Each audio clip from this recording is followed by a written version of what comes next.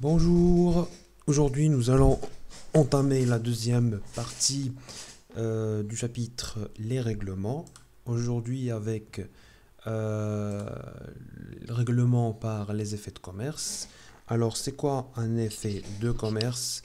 Un effet de commerce est un titre négociable représentant une créance préable à court terme et mobilisable. Alors, je crois que créance, c'est clair, payable, c'est clair. À court terme, c'est-à-dire que c'est une créance qui n'est pas, disons, entre 5 ans et 10 ans, ça peut aller de quelques mois, maximum une année, plus ou moins une année, maximum, disons, une année. Mobilisable, c'est-à-dire que ça fait partie plutôt des choses qu'on peut aussi échanger, d'accord. Euh, alors, les principaux effets de commerce sont la lettre de change, ou nommée couramment traite, billet à ordre, d'accord. Donc, pour la lettre de change, ou bien la traite, c'est un écrit par lequel un créancier, appelé tireur, demande à son débiteur, appelé tiré, de payer à une date fixée une somme déterminée à une personne bénéficiaire, ou bien à lui-même, ou bien à lui-même. Donc nous avons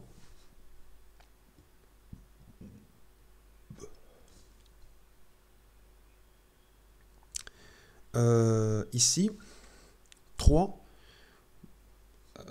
normalement c'est deux, entre tireur, c'est lui qui a demandé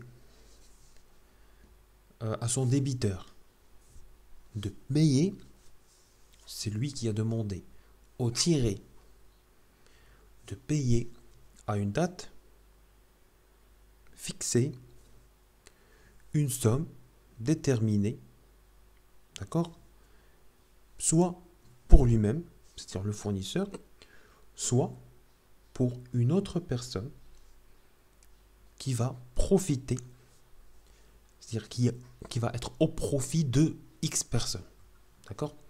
Donc c'est exactement ce qu'on voit ici, d'accord. Donc le tireur, on a dit, c'est le créancier.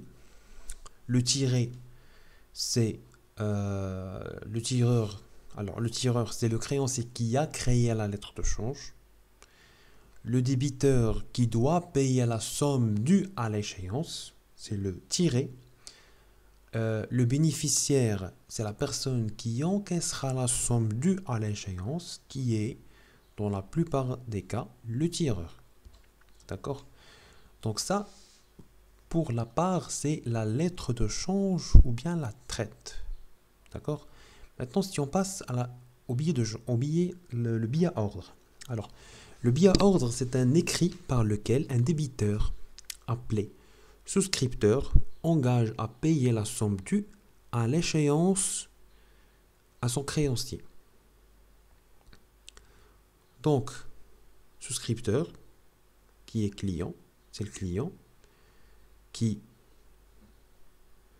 s'engage à payer la somme due à l'échéance à son créancier.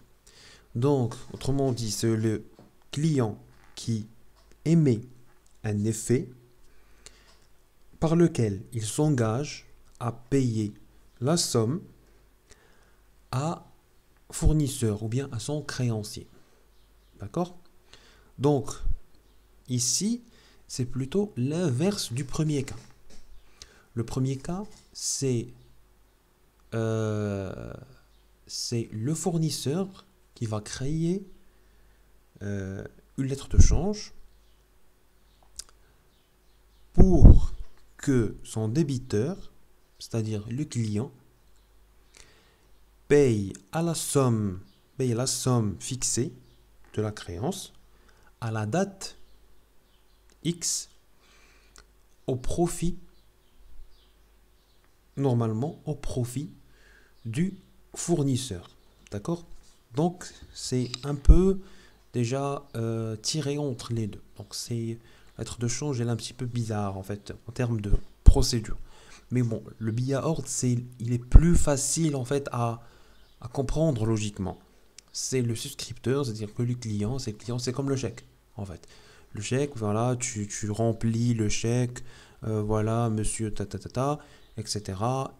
Il va écrire le montant à l'ordre de monsieur ta ta ta, le jour, la date, etc., la signature, voilà. Donc c'est comme un chèque, c'est plutôt la même logique qu'un chèque, sauf qu'un chèque c'est un moyen de paiement, alors que un billet à ordre non, d'accord? Donc maintenant on passe, je crois que j'ai oublié quelque chose pour la lettre de change, non, d'accord. Donc on n'oublie pas que pour la lettre de change ou bien la traite, c'est le fournisseur qui demande au client de, euh, de, euh, de créer la lettre de change. Euh, non, c'est plutôt le tireur qui crée la lettre de change et qui demande au client de signer sur cette lettre de change. D'accord? Et qui sera bien sûr au profit du fournisseur dans les cas les plus normaux, les plus courants, on peut dire. Donc, les rôles des effets de commerce, c'est un moyen de garantie de la créance à l'échéance. Donc, les effets de commerce sont soumis à des règles juridiques très strictes. Deuxièmement, c'est un moyen de paiement. Le bénéficiaire peut transmettre, oui, ben, mais bon, à l'échéance. Il ne faut jamais oublier que c'est pas à titre immédiat, c'est à l'échéance. C'est un moyen de paiement, mais à l'échéance. Donc, le bénéficiaire peut transmettre un effet de commerce à une autre personne qui lui doit de l'argent. Cette passation d'effet est appelée endossement. Généralement, cette mention endossement est portée au dos de l'effet et qui implique le transfert de celui-ci au profit d'un nouveau bénéficiaire. Donc, un moyen de paiement, c'est-à-dire qu'à travers l'endossement, on peut carrément utiliser l'effet pour payer une tierce personne. D'accord? Alors, un moyen de financement, la moyen de financement ici, ça vient dans le sens de l'escompte. Parce que l'entreprise, elle peut être à court de liquidité par exemple, et elle peut présenter, bien évidemment, à la banque en vue d'avoir la liquidité avant l'échéance. Donc là, on parle de remise de l'effet à l'escompte. On va bien sûr voir tout ça. Donc maintenant, on passe au traitement comptable des effets de commerce. Alors, premièrement, on va passer par la création d'un effet de commerce. Donc, un effet de commerce, la création d'un effet de commerce est l'acceptation d'une traite ou la souscription à un billet à ordre. Donc, là, on a parlé de deux choses. Parce que, enfin, pourquoi on parle d'acceptation d'une traite? Parce que la lettre de change, c'est le fournisseur qui la crée, mais c'est le client qui l'accepte. Tandis que pour le billet à ordre, c'est le client qui la crée. Et c'est le fournisseur qui l'accepte. En fait, qu'il accepte plutôt, ce n'est pas qu'il l'accepte, mais qu'il la garde plutôt, parce que c'est un titre de créance, d'accord? Donc, donne lieu aux écritures suivantes. Par exemple, chez le client. Chez le client, on crédite le compte 4415. Fournisseur est fait à payer par le débit du compte 4411. Fournisseur. Puisque le compte 4411, nommé fournisseur, était et il est un compte de dette, c'est-à-dire que c'est un compte de dette. C'est-à-dire que c'est une dette qui n'a pas été honorée ou bien qui n'a pas de pièces, disons, de pièces justificatives ou bien de, si on peut dire, de garantie. Non, on peut aussi prendre ce terme de garantie. Il n'y a pas de garantie. Donc c'est une dette, oui. D'ailleurs, même fournisseur effet à payer, c'est une dette, mais on a un effet. Donc on a une forme de pièce de garantie, si on peut dire ça ainsi. Donc chez le fournisseur, on débite le compte 34,25 et le client est fait à recevoir par le client du compte 34,21 qui est le compte client. Donc là, on parle de la même chose puisqu'on déplace seulement la créance vers un autre compte qui est 34,25. Mais non, sache que ça ne change pas du tout la nature, en fait, de la dette pour le fournisseur et de la créance pour de la dette. De la dette pour le client et de la créance pour le fournisseur. Voilà. Donc maintenant, on passe à un exercice d'application. Donc le 15, 4, l'entreprise phare a envoyé à son client Salim la facture suivante. Donc l'entreprise phare doit à l'entreprise Salim facture numéro 140, date 14/4/2013. Le montant brut est de 7800, la remise étant de 390. Le net commercial est de 7410. Le port forfaitaire est de 500 dirhams. Le total hors taxe de 7910. La TVA est de 20%. Le net à payer est de 9492 dirhams. D'accord?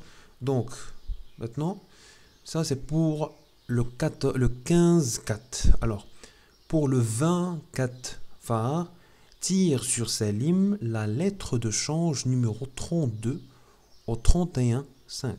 Alors, ici, déjà dans chaque exercice, on doit repérer qui est le client et qui est le fournisseur. Donc ici, le fournisseur c'est Farah, le client c'est Salim. Alors, Farah, qui est le fournisseur, tire sur Salim la lettre de change numéro 32, c'est-à-dire qu'il a créé une lettre de change. Notre fournisseur qui est Farah a créé une lettre de change qu'il a transmis à Salim pour qu'il accepte la lettre de change. Donc qu'il accepte d'honorer sa dette. Oui, bon voilà. Qu'il accepte d'honorer sa dette à travers cette lettre de change. Donc, nous avons ici 3 dates. Le 15, 4, c'est-à-dire la date d'achat, d'accord? Puis plutôt pour le fournisseur, c'est la date de vente, pour Salim, c'est la date d'achat. Bon. Le 24, c'est la date de la création de l'effet de commerce, d'où la lettre de change. Pour le 23, 4, c'est l'acceptation. Donc, maintenant, on passe à l'écriture. Passer l'écriture au journal de Farah, qui est une entreprise industrielle, et Salim, qui est une entreprise commerciale. Donc, la solution de l'exercice, les écritures du journal de l'entreprise Farah. Alors, on commence par quoi? On commence par le 14-4, c'est-à-dire la constatation de l'opération d'achat-vente. D'accord? Donc, déjà, le 14-4, il n'y a pas lieu de constater une quelconque moyen de paiement. C'est-à-dire que Salim n'a pas payé Farah. Tout clair. Donc, on va porter au débit client Salim qui va payer. Combien il va payer? Il va payer alors 9492. Bien. Le débit, le crédit. Alors, qu'est-ce qu'on va créditer? On va créditer vente de produits, de biens produits au Maroc, puisque on suit le plan comptable marocain, général marocain. Pourquoi on a choisi vente de biens produits au Maroc, on n'a pas choisi vente de marchandises, puisque on n'oublie pas la remarque que Farah, c'est une entreprise industrielle. D'accord? Et qu'est-ce qu'on fait au crédit? On pose plutôt le net commercial qui est ici de 7410. Port et frais accessoires facturés, 500. Donc, le port ici, il est facturé. C'est-à-dire que c'est l'entreprise, c'est Farah qui s'engage et qui a vraiment effectué le transport de la marchandise jusqu'à le client Salim.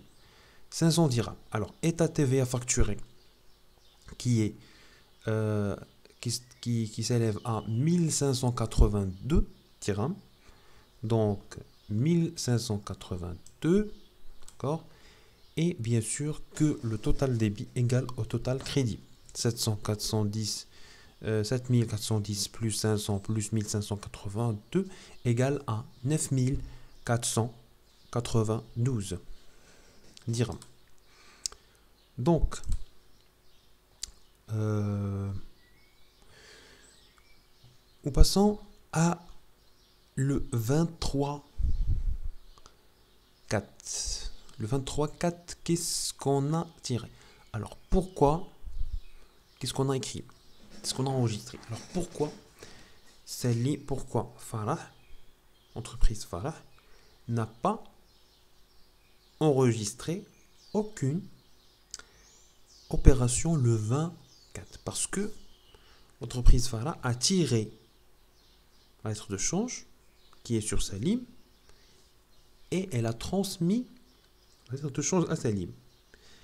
Donc, comptablement, il n'y a pas lieu d'écrire aucune écriture comptable parce qu'il n'y a pas de fait. En fait, il n'y a pas de fait. Donc, le 23-4, c'est là où Salim il accepte la lettre de change, c'est-à-dire que maintenant, qu'est-ce qu'on va faire? On va déplacer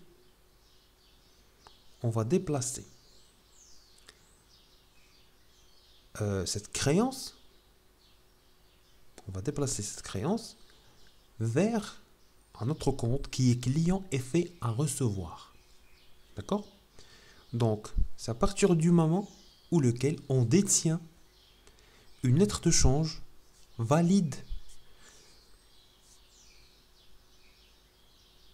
valable avec une date qui est le 31-5. D'accord. Maintenant, on passe à les écritures au journal de l'entreprise Salim. Donc, c'est le client. D'accord. Donc, le client, il a acheté marchandises, transport sur achat, état TVA récupérable sur les charges. Bien sûr, les sommes sont identiques à ce qu'on a vu pour l'entreprise Farah. Et maintenant, on verra le fournisseur, bien sûr, qui va être crédité pour constater la dette de Salim sur Farah. Alors, le 23, lorsque Salim il a accepté la lettre de change, c'est-à-dire qu'il a signé sur cette lettre de change, c'est-à-dire qu'il a accepté que à la date, au 31-5, qu'il accepte de payer à la personne qui détient la lettre de change. Donc, Farah, Salim, il a fait quoi? Il a annulé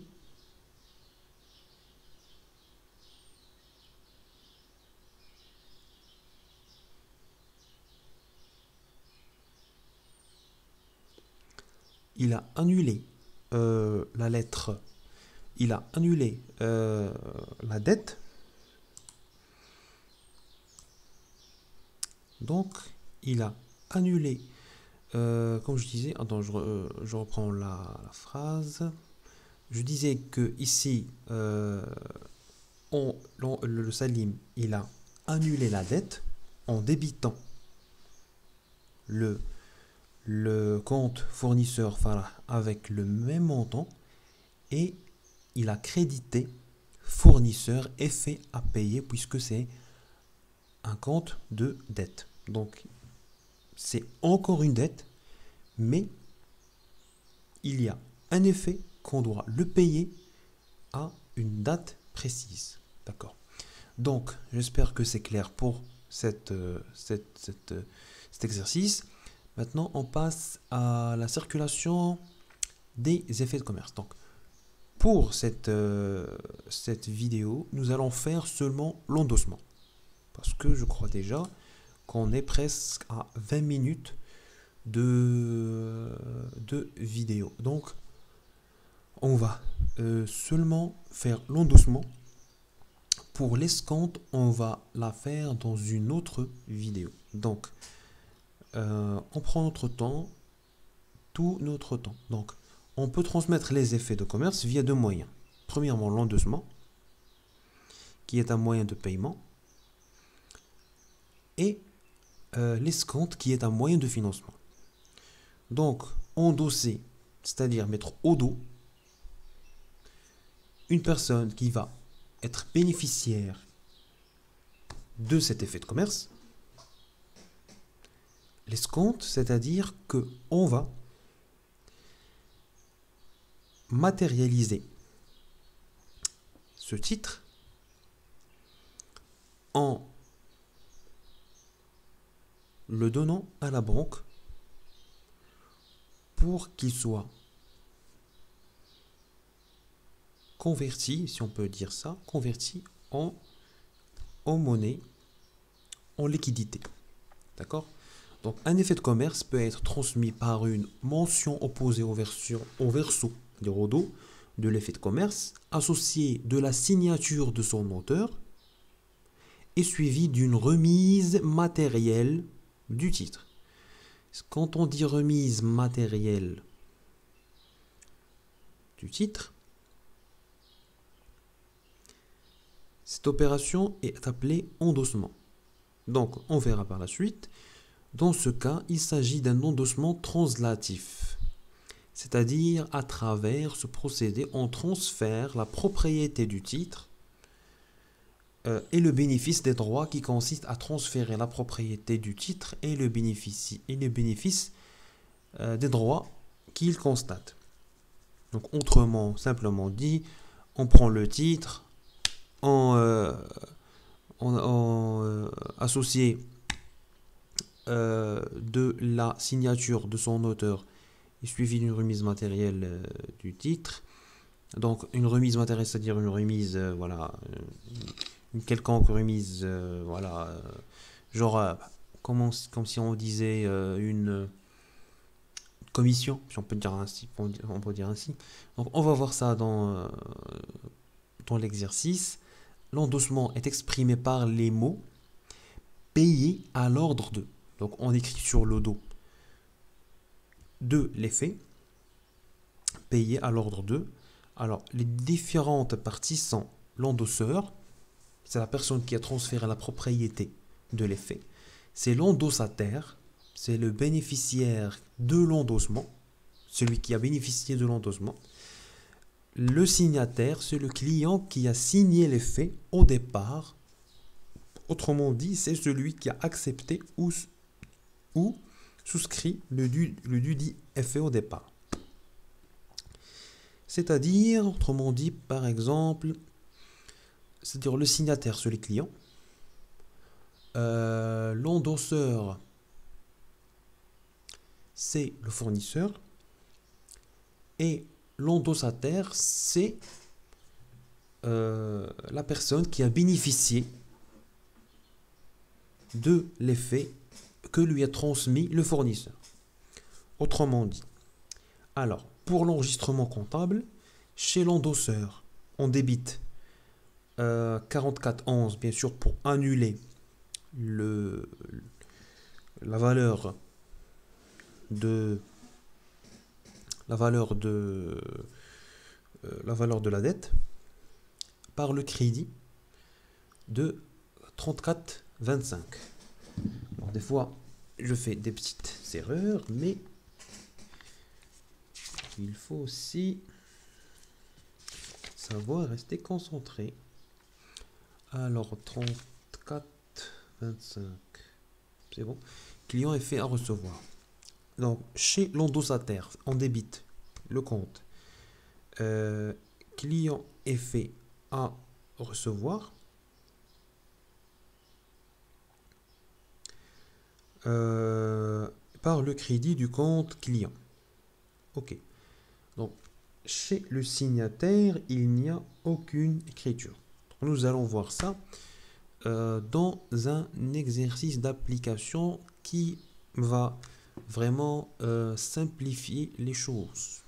Parce que c'est souvent un petit peu flou, si on peut dire. Donc, exercice d'application, le 11 juillet, entreprise Medmed adresse à son client Pana la facture numéro V128. Alors, entreprise Medmed doit Pana facture numéro V128, la date le 11/7/2015, montant brut 20 000, remise 5% de 500 dirhams, commercial 19 500, TVA 20%, c'est 3 900. Net à payer 23 400. D'accord? Donc, ça c'est la première date, c'est le 11 juillet. Notre date, le 15 juillet. Le 15 juillet. Donc, le 11 juillet, le 15 juillet, le 20 juillet. Il faut surtout garder bien en tête les dates parce que souvent c'est là où on fait des fautes. Donc Pana souscrit le billet à ordre, donc c'est un billet à ordre. Donc, on doit bien faire la différence entre billet à ordre et lettre de change ou bien la traite. Le billet à ordre, c'est qui le souscrit? C'est le client qui souscrit ou bien qui crée la lettre de change. C'est le fournisseur. Donc, il faut différencier entre les deux effets de commerce. Pana souscrit le billet à ordre numéro 70 au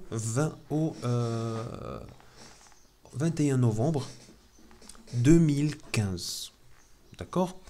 Medmed endosse le billet à ordre numéro 70 à son fournisseur Sony. Donc ici, nous avons trois parties.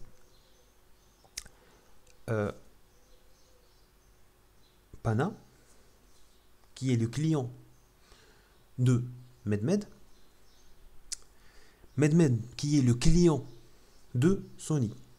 Donc ici, nous avons une relation fournisseur-client. Fournisseur-client. Déjà dans les deux relations qui existent. Et nous avons Medmed qui est au centre de cette relation tripartite. Donc, travail à faire.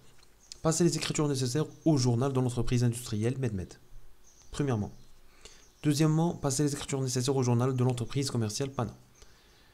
Troisièmement, passer les écritures nécessaires au journal de l'entreprise Sony. Donc, nous avons ici 3 journaux qu'on doit faire. Et combien de dates? 3 dates. Le 11 juillet, le 15 juillet, le 20 juillet. D'accord? Donc, pour le 11 juillet, on doit constater l'achat pour le client et la vente pour le fournisseur. Bien sûr, pour le client, c'est la constatation de la dette qu'il doit constater envers son fournisseur. Et son fournisseur, il doit constater la créance, bien évidemment. Donc, et ça, c'est le 11. Le 17, le 15 juillet, qu'est-ce qu'on va faire? Pana souscrit le billet à ordre. Donc là, pour Pana et pour Medmed, ils vont constater quoi? Ils vont constater que il y aura un changement du compte, de la créance en fait. Du changement du compte qui comporte plutôt la créance, autant que fournisseur et autant que client. Bon, on va voir ça. Alors, et ça, ce que nous allons constater maintenant, c'est l'endossement, comment on va comptabiliser l'endossement.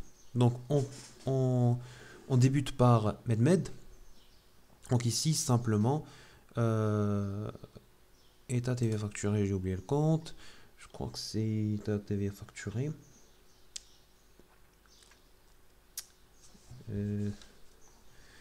44.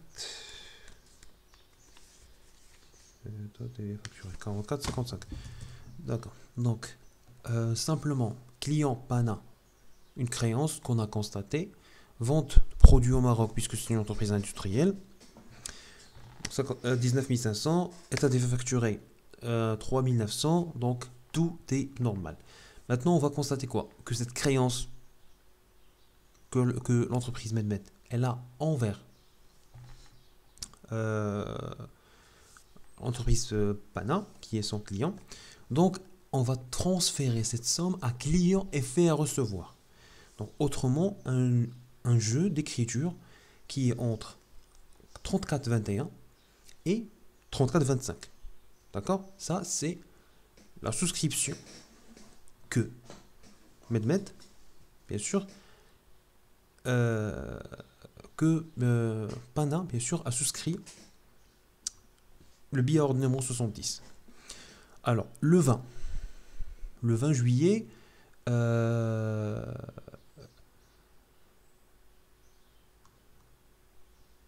MedMed transfère cet effet à qui? À une autre personne, à l'entreprise Sony.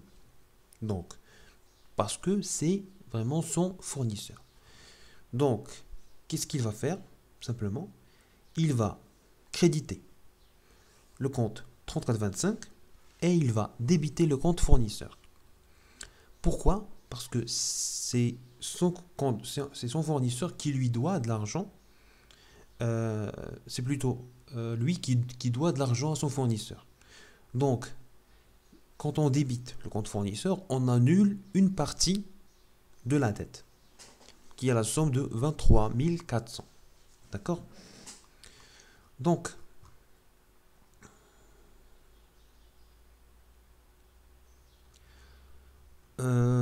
c'est toute une logique. D'accord. Maintenant, on va faire le journal de l'entreprise PANA. Donc ici, nous avons achat de marchandises. L'entreprise PANA a acheté de la marchandise. Donc ici, tout ce qui est plus normal, achat de marchandises, état TVA récupérable sur les charges, 4411, fournisseur MedMed, bien sûr, qui sera crédité puisqu'on a constaté la dette envers l'entreprise MedMed, normal. Le 15-7, puisque nous avons souscrit ce billet à ordre et que nous avons donné à MedMed, à MedMed, donc maintenant, on va débiter ce compte et on va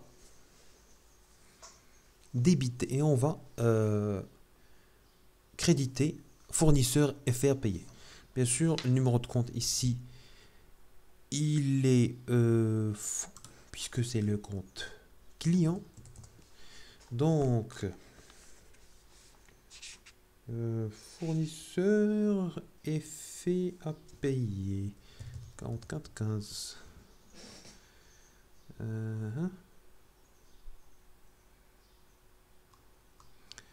Je fais juste un petit saut, fournisseur et fait à payer 44,15. Voilà.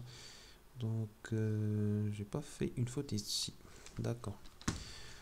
Donc, termine. Si fournisseur à payer, donc c'est 24 400. Fournisseur MedMed, 23 400. Donc, voilà. Donc, lui, autant que client, PANA, il s'est engagé à payer à la date du 21 novembre 2015 la somme de 23 400 au porteur de l'effet. Jusqu'à là, tout va bien. Maintenant, pour l'entreprise qui a reçu l'effet le 27, c'est Sony. Alors,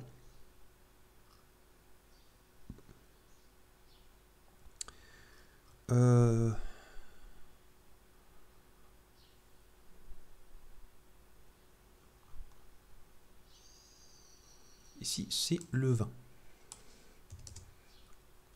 Alors, et si 120, heureusement que ça n'existe pas. Hein. Sinon, le mois, ça va être rudement lent. Bon, ici, nous avons client effet à recevoir. Client effet à recevoir.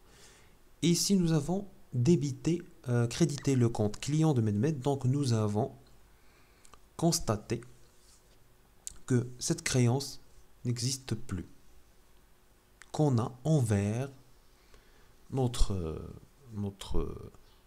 client qui est MedMed, puisque nous sommes le fournisseur de MedMed. Et nous avons débité le compte client effet à recevoir, qui est un compte 23, qui est débité de 23 400. D'accord? Donc j'espère que pour cet exercice soit clair, j'espère. Le 20, souvent je me gourre. Hein. Je termine. Alors. Voilà. Donc, j'espère que pour cet exercice, c'est clair. La prochaine vidéo, on va s'attaquer à l'escompte. Bien sûr, je ne veux pas trop passer beaucoup de temps dans chaque vidéo, parler beaucoup. Donc, je veux diviser au maximum le nombre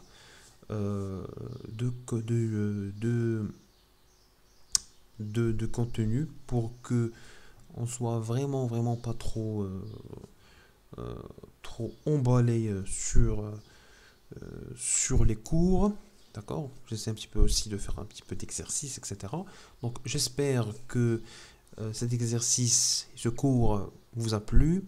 Je vous souhaite une bonne journée et n'hésitez pas, bien sûr, à nous laisser des commentaires, dites-nous si ça vous plaît ou pas. Dites-nous aussi si vous avez des remarques.